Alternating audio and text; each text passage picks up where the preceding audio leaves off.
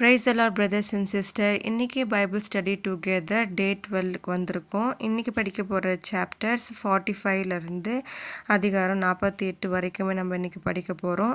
இன்னைக்கு அதிகாரம் 45 என்ன சொல்லியிருக்கின்றதை பார்ப்போம்.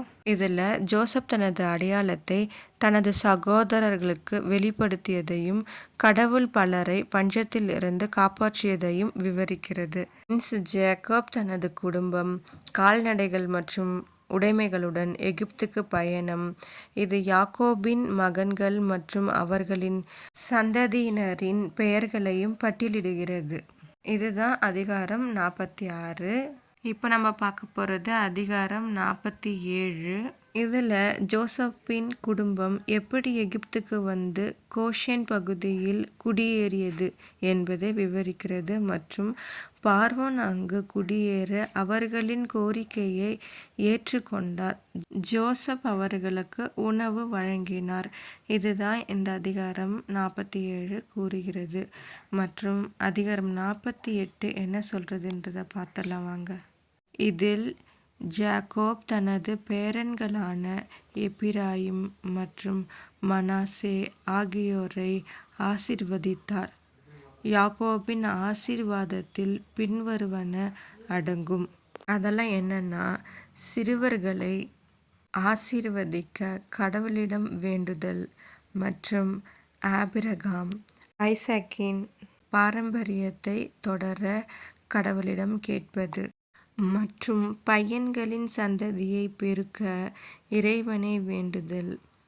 தென் ஜாக்கோப், ஆபிரகாம், ஈசாக் ஆகியோரின் பெயர்களை பாதுகாக்க சிறுவர்களுக்கு உதவுமாறு கடவுளிடம் கேட்பது. அடுத்தது ஜாக்கோப் பெற்ற அதே ஆசீர்வாதங்களை சிறுவர்களுக்கும் கொடுக்க காட்கிட்ட வேண்டுதல் மற்றும் ஜோசப்பின் மூத்த மகன்கள் இருவரையும் தனக்கு சொந்தமானவர்கள் என்று கூறி அவர்களை முழு வாரிசுகளாக்குதல். அவரது 2 பேரன்களில் இளையவருக்கு அதிக ஆசி வழங்குதல். இது எல்லாத்த பற்றியும் சொல்கிறது தான் அதிகாரம் 48. ஓகே, நம்ம முடிச்சுக்கலாம்.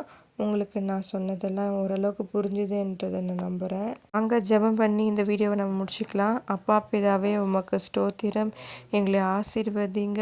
எப்படி ஜோசப்பை ஆசீர்வதித்து அவங்க சந்ததிகளையும் ஆசீர்வதித்தீங்களோ அதுபோல் எங்களையும் எங்கள் சந்ததிகளையும் ஆசீர்வதிக்கும்படி ஜெபிக்கிறோம் பிதாவே, ஆமேன். பிரதர்ஸ் அண்ட் சிஸ்டர், இன்னைக்கு அதிகாரம் 45ல் கடவுள் பஞ்சத்திலிருந்து காப்பாற்றியதை பற்றியும் 46வது அதிகாரத்தில் ஜாக்கோபோட ஜேர்னி டு எகிப்த் அதை பற்றியும், அதிகாரம் 47ல் எப்படி ஜோசப்போட குடும்பம் எகிப்தில் கோஷேன் பகுதியில் குடியேறினாங்க என்பதை பற்றியும், 48வது அதிகாரத்தில் ஜாக்கோப் பேரன்களை ஆசீர்வதித்ததையும் பார்த்துருக்கோம். அடுத்த வீடியோவில் பார்க்கலாம். Okay brothers and sister, subscribe my channel.